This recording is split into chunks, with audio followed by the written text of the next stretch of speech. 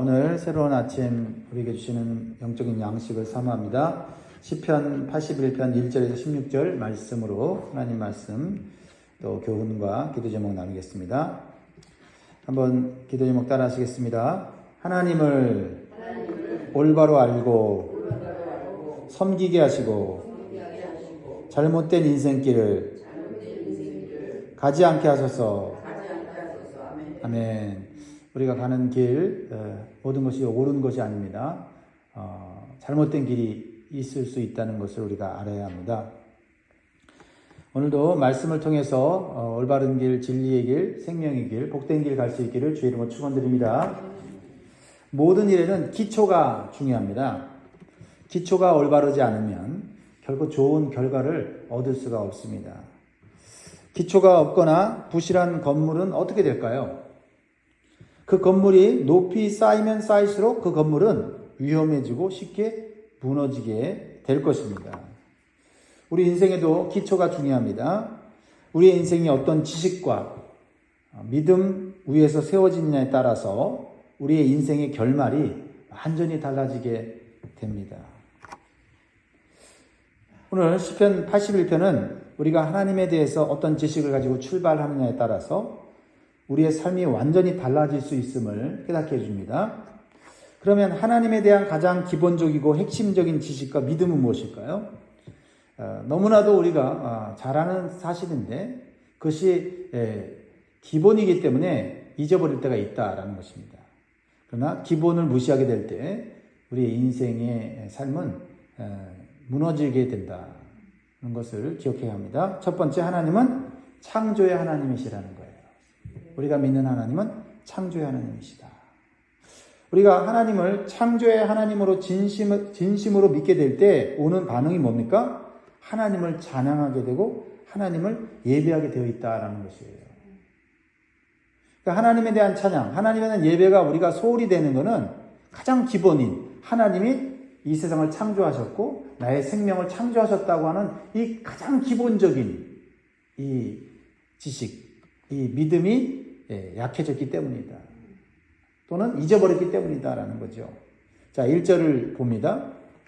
우리의 능력이 되시는 하나님을 향하여 기쁘게 노래하며 야곱의 하나님을 향하여 즐거이 소리칠지어다.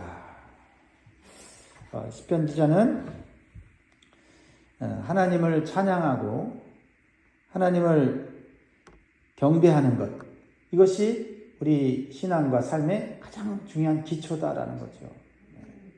이것이 없이 우리가 살아가게 될 때 겉으로 보기에는 잘 사는 것 같고 형통한 것 같고 뭔가 이루는 것 같아도 이 기초가 무너지면, 기초가 없으면 결국은 높이 쌓으면 쌓을수록 그 인생은 크게 무너지고요. 크게 망하게 되는 거예요. 하나님은 우리 창조주시다. 이거를 우리가 날마다 마음속에 기억하고 살아야 돼요. 항상 우리 위에는 창조주 하나님이 계시다는 의식이 있어야 돼요. 그래서 하나님께서 이 세상을 창조하셨고 사람들을 창조하셨고 아울러 나를 창조하셨다고 믿을 때 우리는 나의 생명의 주인이신 하나님을 우리는 경외할 수밖에 없고 찬양할 수밖에 없다라는 거죠. 왜요? 오늘 우리가 생명이 붙어있는 걸 보니 하나님이 나를 여전히 사랑하고 계시고 여전히 나를 보호하고 계시다는 이 사실로 인하여 찬양할 수 밖에 없다는 거죠. 또한 아름다운 자연 만물을 바라보십시오. 창조주 하나님을 믿을 때 그 자연 만물 하나하나, 꽃, 나무, 이 모든 이 자연의 모든 것들을 바라볼 때, 이야, 하나님 정말 하나님의 능력과 지혜가 대단하시구나. 대단하시구나. 오늘도 이 교회 앞에 핀 그 글라디올로스, 와, 얼마나 대단히 섬세하고 아름답게 이게 만들어진지 몰라요. 사람이 만들 수 없잖아요. 그죠? 사람은 그 씨를 그냥 심었을 뿐인데, 거기서 그런 게 나온다는 게, 그런 오묘한, 아름다운 그 색깔의 꽃이 나오고, 완벽한 이 조화를 이룬다는 게, 하나님이 어떤 분이신지를 우리가 알게 되면서 하나님을 감탄하고, 하나님을 찬양할 수밖에 없다라는 거죠. 2절에 보면 시르를 읊으며 소고를 치고 아름다운 수금에 비파를 아우를지어다. 우리가 가진 우리의 목소리, 또 우리가 가진 악기를 가지고 하나님을 기쁘게 즐겁게 찬양할 수밖에 없는 것이 바로 하나님께 창조된 인간의 모습이다. 그러니까요, 하나님을 창조주로 믿고 드리는 찬양은 인간의 가장 기본적인 자세이고 인간의 전 존재가 가장 기뻐할 수 있는 행위예요. 왜냐하면 인간을 만드신 목적이 하나님을 찬양하고 하나님과 연결될 때 인간이 가장 행복한 존재로 느끼게 만드셨기 때문에 그래요. 그래서 이사야 43장 7절에 하나님 이렇게 말씀하십니다. 내 이름으로 불려지는 모든 자, 곧 내가 내 영광을 위하여 창조한 자를 오게 하라. 그를 내가 지었고 그를 내가 만들었느니라. 하나님은 분명히 우리를 만들었다고 말하고 있어요. 그리고 이사야 43장 21절에 보면 이 백성은 내가 나를 위하여 지었나니 나를 찬송하게 하려 하느니라. 그래서 우리가 하나님을 나를 창조하신 분을 믿고 찬양할 때 우리의 영이 기뻐져요. 그리고 우리의 마음이 즐거워지는 거죠. 왜냐하면 하나님이 우리를 만드신 것이 분명하고 만드신 목적이 하나님을 영화롭게 하고 하나님을 찬양할 때 하나님과 영적 교제가 이루어지는 그런 존재로 원래 만드셨는 것이거든요. 그래서 하나님을 찬양할 때 우리가 우리의 존재를 느끼게 된다. 그것도 가장 행복하게 느낀다라는 거죠. 그리고 하나님이 창조하신 해와 달의 변화에 따라서 하루하루가 지나가고 사계절이 바뀌지 않습니까? 그래서 우리의 생계와 밀접한 관계가 있어요. 그죠? 봄에 씨를 뿌리면요, 여름을 지나 가을에 추수를 하게 되고 또한 풍성한 곡식을 얻게 되어서 우리가 또 1년을 살게 되는 거 아닙니까? 우리의 생명이 유지되고 매일매일의 삶을 살아가는 것, 이거 우연히 되어진 일 아니고 창조자 하나님의 능력이고 하나님의 은혜인 줄 믿습니다. 그래서 하나님은 이러한 하나님의 은혜를 기억하고 예배하기를 원하세요. 그 예배를 통해서 우리가 하나님과 지속적인 관계를 맺고 하나님의 생명을 공급받고 하나님께서 우리에게 베풀어 주시는 이 땅의 좋은 것들을 우리에게 주시려고 하신다 이 말이에요. 그러니까 창조주 하나님을 우리가 믿고 진심으로 그분을 인정할 때 우리는 찬송할 수밖에 없다라는 거예요. 그 찬송을 통해서 우리는 마음과 영이 행복해질 뿐 아니라 우리의 삶에 하나님이 필요한 모든 것들을 제공받으며 살게 된다는 거죠. 그래서 하나님은 하나님을 예배하는 존재로 우리를 만드시기 위하여서 안식일을 정하셨어요. 그리고 매달 첫날을 하나님께 드리고 명절마다 하나님께 나와 예배를 드리는 율법과 규례를 이스라엘 백성들에게 제정하신 거예요. 이게 뭐예요? 하나님과 올바른 관계를 맺음으로 하나님께서 공급하시는 좋은 것들을 누리게 하는 언약 관계를 만드신 거 아니에요? 그러니까 창조주 하나님을 안다는 거.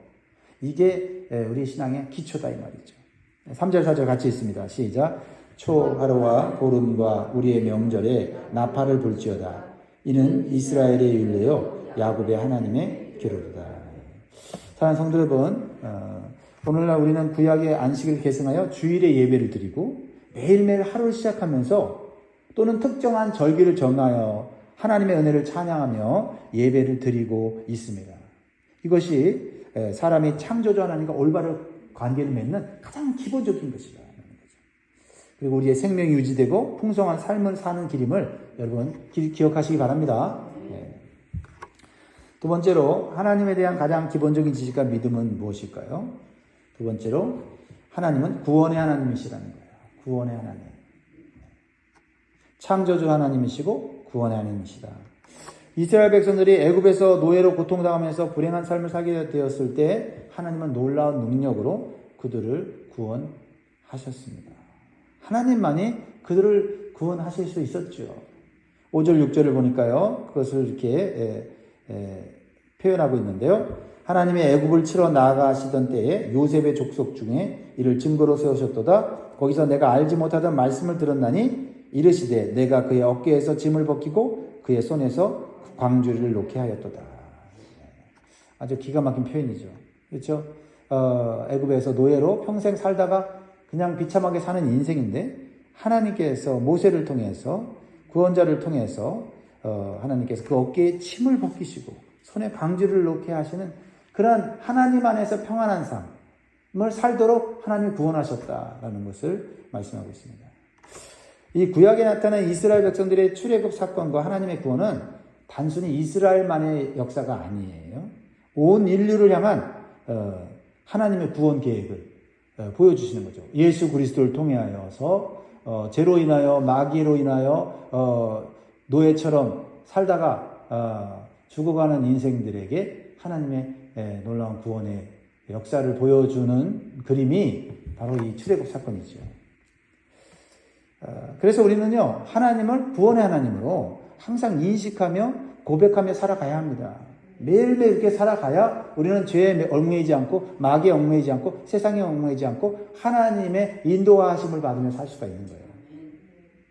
구원하셨다면 하나님은 또 인도하시는 거거든요. 그죠? 구원하시고 니네들 마음대로 살아라. 그러면 또 죄에 매이고 또 세상의 여러 가지 유혹과 또 여러 가지 고난에 시달리게 되는 거예요.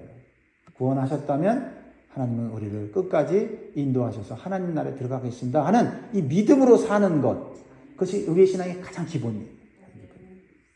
우리는 문제 하나하나 그냥 해결하면서 기도하고 응답받고 이런 어떤 단순한 그림이 아니라 하나님 나를 구원하셨다면 내가 이 세상에서 어떠한 환난과 고난을 겪는다할지라도 하나님은 나를 천국으로 인도해 주신다. 그러면 하나하나 문제를 해결할 필요가 없어요. 그렇죠? 인도하심을 따라가면 물도 건너게 되는 거고 불속도 지나가게 되는 거고, 그죠? 어떤 나를 괴롭히는 대적도 이기고 나아가는 거죠. 그렇습니다. 구원받은 백성은 하나님과 올바른 관계를 맺고 하나님의 인도하심을 받는 삶을 사는 것입니다. 그러기 위해서는 하나님께서 인도하시는 길을 신뢰하고 믿음으로 살아가는 것이 중요합니다. 이스라엘 백성들은 출애굽하여 하나님께서 그들이 구원을 경험하게 되었을 때 기뻐하고 감사했지만 하나님의 인도하심에 대해서 믿음이 부족했습니다. 그래서 광야 사역 가운데 하나님 왜 여기를 인도하지? 왜 물 없는 곳으로 인도하지? 왜 길이 없는 곳으로 인도하지? 이렇게 하나님의 인도하심에 대해서 불안해하고 의심하고 원망했다는 거죠. 놀라운 구원으로 이스라엘 백성들을 구원했다면 하나님의 가는 길도 하나님이 당연히 복된 길로 인도하시겠지 이렇게 믿어야 한다는 것입니다. 자, 오늘 이스라엘 백성들의 그런 어리석음을 믿음의 부족함과 불신앙을 이렇게 표현하죠. 7절 같이 있습니다. 시작. 네가 고난 중에 부르짖음에 내가 너를 건졌고 우레소리의 은밀한 곳에서 내게 응답하여 무리바 물가에서 너를 시험하였도다. 셀라. 무리바 물가에서 너를 시험하였도다. 그들이 어떻게 반응했습니까? 이스라엘의 모습은 구원받은 백성의 올바른 태도가 아니었다라는 것이죠. 하나님께서 그들을 구원하셨다면 하나님께서 인도하시는 길도 믿고 따라가는 것이 하나님의 능력을 체험할 수 있는 믿음의 길이 되는 줄 믿습니다. 우리도 죄에서 구원받아서 하나님의 자녀로 이 세상을 살아갑니다. 하나님께서 우리를 구원하셨다면 우리의 인생길도 인도해 주실 것을 믿어야 합니다. 그럴 때 그 믿음으로 이 세상의 모든 어려움을 이겨낼 수가 있습니다. 그리고 때때로 하나님께서 인도하시는 길이 메마르고 힘들어도 그 길은 오히려 하나님의 능력과 기적을 체험할 수 있는 기회가 될 수 있습니다. 그러한 믿음이 우리를 성숙하게 하고 부족함이 없는 광야길을 걸어가게 한다. 그래서 그 믿음으로 걸어가서 인생을 돌이켜보면 하나님이 나를 인도하셨구나. 부족함이 없이 그때그때 하나님이 채워주셨구나. 우리는 순간순간 걱정하고 불안해했지만 결국 하나님의 인도하심을 따라갔더니 결국 내가 이렇게 하나님의 풍성한 은혜를 입고 살아가고 있구나 하는 것을 우리는 고백할 수밖에 없다라는 것입니다. 자, 우리가 하나님을 창조와 구원의 하나님으로 믿는다는 것은 오직 하나님만이 참신이라는 걸 믿고 인정하는 거예요. 오직 하나님만이 유일한 신이시다. 살아계신 신이심을 믿는 거예요. 인정하는 거예요. 그래서 하나님께서는 우리가 하나님 외에 다른 신을 믿거나 우상을 만드는 것을 가장 큰 죄와 불신앙으로 여기세요. 8절 9절을 봅니다. 내 백성이여 들으라. 내가 내게 증언하리라. 이스라엘이여 내게 듣기를 원하노라. 너희 중에 다른 신을 두지 말며 이방신에게 절하지 말지어다. 하나님 왜 그러세요? 그냥 뭐 뜬금없이 질투하는 겁니까? 다른 신과 비교해서 내가 다른 신보다 뭐 능력이 있다 뭐 그런 정도가 아니에요.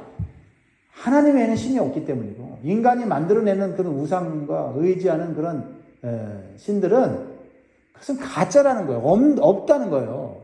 그런데 그걸 믿으니 하나님이 얼마나 답답하시겠어요. 창조하신 분은 하나님이고 구원하신 분은 하나님이시고 우리 인생을 복된 길로 인도하시는 하나님인데 우상을 만들고 신을 만들어서 섬기는 게 얼마나 하나님이 안타까워 하시겠냐는 거죠. 그리고 진노할 수밖에 없는 거죠. 그래서 하나님은 우상 숭배를 가장 큰 죄로 여기십니다.